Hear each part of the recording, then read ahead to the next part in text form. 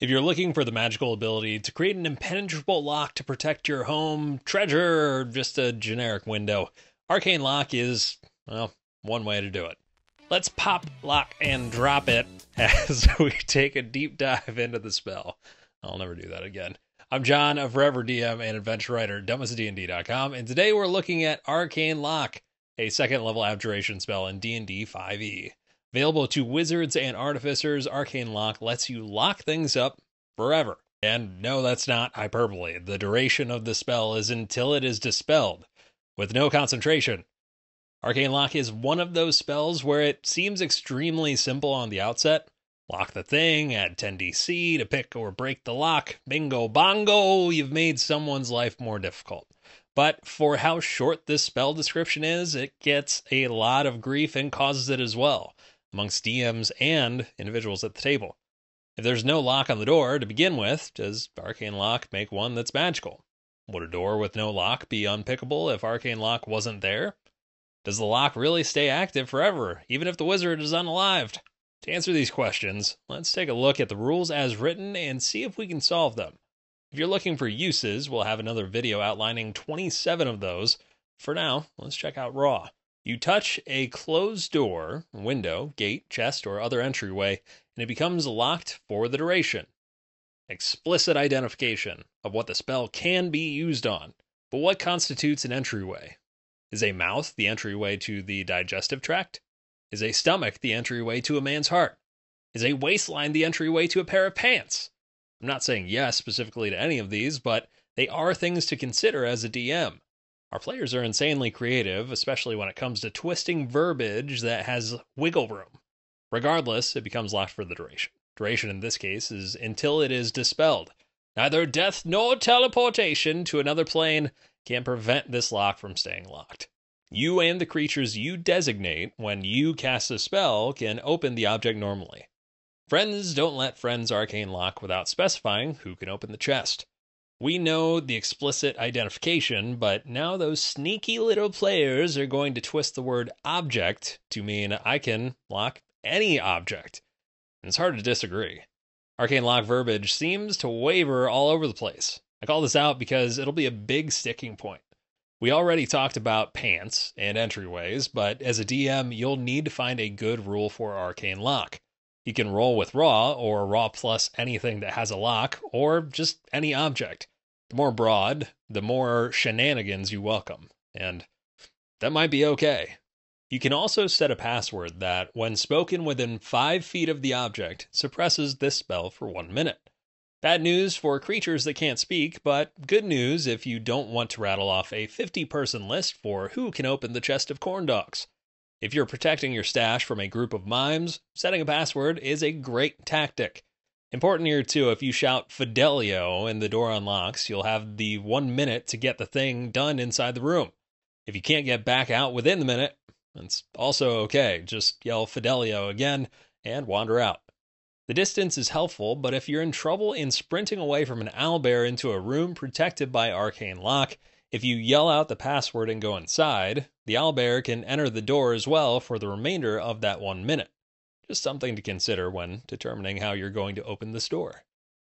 Otherwise, it is impassable until it is broken or the spell is dispelled or suppressed. The sentence kills me. Starts off strong. It's impassable. Perfect. Can't get through. Ever. Until it is broken.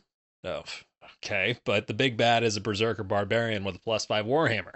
That door does not stand a chance. Or the spell is dispelled, so anyone with dispel magic could end it. Or suppressed, so we don't know what suppresses it quite yet, other than saying the password out loud. It goes from an amazing lock to something Billy Hayes would try to sell you late at night. Also, stick around for a moment and we'll talk about how one would break the item that is locked. Casting Knock on the object suppresses Arcane Lock for 10 minutes. Alright, so Knock is essentially a 10-minute counterspell to Arcane Lock. It's a second-level transmutation spell for bards, sorcerers, and wizards, so it's helpful unless there's mage-on-mage violence about to happen. This part makes sense and seems straightforward. Again, we see that word object. I see you thinking about how you're going to argue that a book is an entryway to knowledge and should therefore be lockable.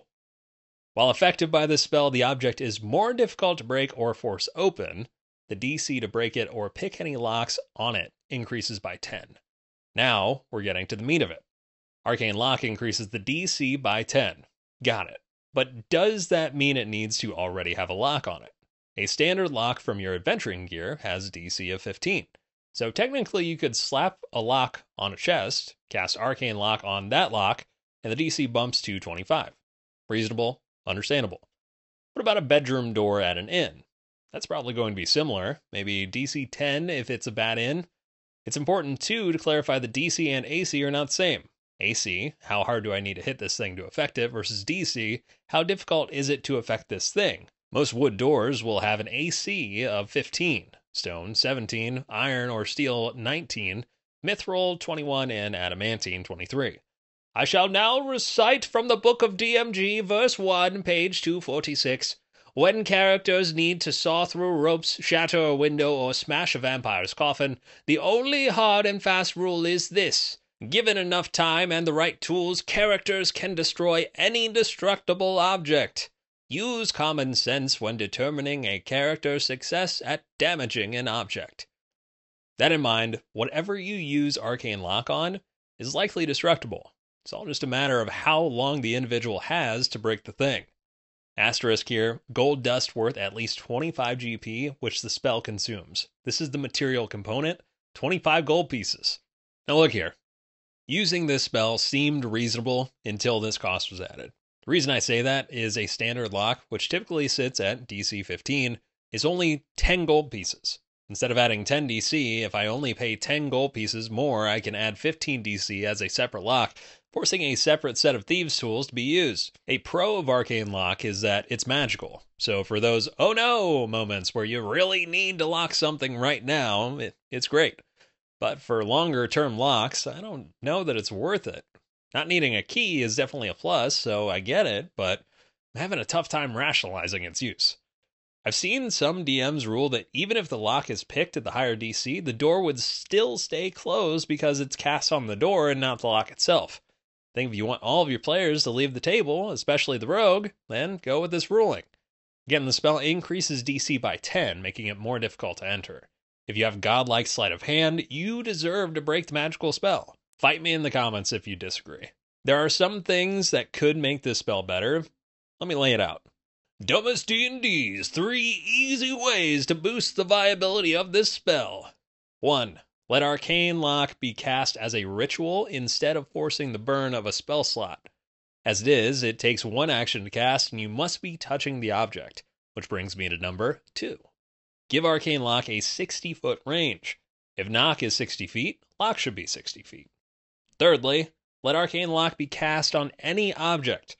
What's the hurt in magically locking a barrel?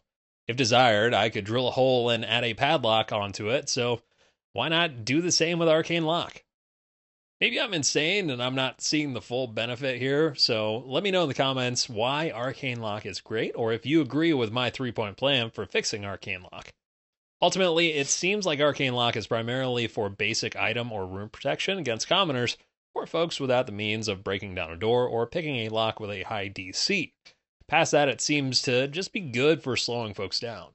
Early game uses will be more powerful, while mid to late game uses, when you can blow up a door with a fireball, will probably be less useful. Really, the best thing to do is track down a Staff of the Magi, which allows you to cast Arcane Lock at no cost. Knock, on the other hand, you can cast with Staff of the Magi, but it's only got 2 charges. Those can be regained daily, but are more limited. Also, just random fun fact, 5th level Mammon Tiefling gets to cast Arcane Lock once a day at no cost. Not too shabby. Now that we're through the rules as written, let's take a look at the history of Arcane Lock. If you'd like to hear about some uses, check out our other video with 27 different uses for the Arcane Lock spell. Available in some form for every version of D&D, Arcane Lock started off attributed to the great wizard Potak. Available to WooGen and Alchemists in the 1st edition, Arcane Lock or Wizard Lock became a wizard spell in 2nd edition and allowed for wizards 4 levels higher than the caster to move through unaffected. 2nd and 3rd edition also allowed the caster to lock a portal though 3rd edition removed the verbiage around a wizard of higher levels moving through more easily. Past that, everything has remained roughly the same across editions, including the 25 gold piece worth of gold dust required as the material component. All in all, Arcane Lock is an interesting utility spell. The uses seem to be somewhat limited to protection of goods, thieving of goods, or battlefield management, but if you've got a lenient DM, this spell could lock in as a top tier 2nd level spell. Let me know what we missed in the comments below, and until next time, roll high and stay ridiculous. Thanks for watching.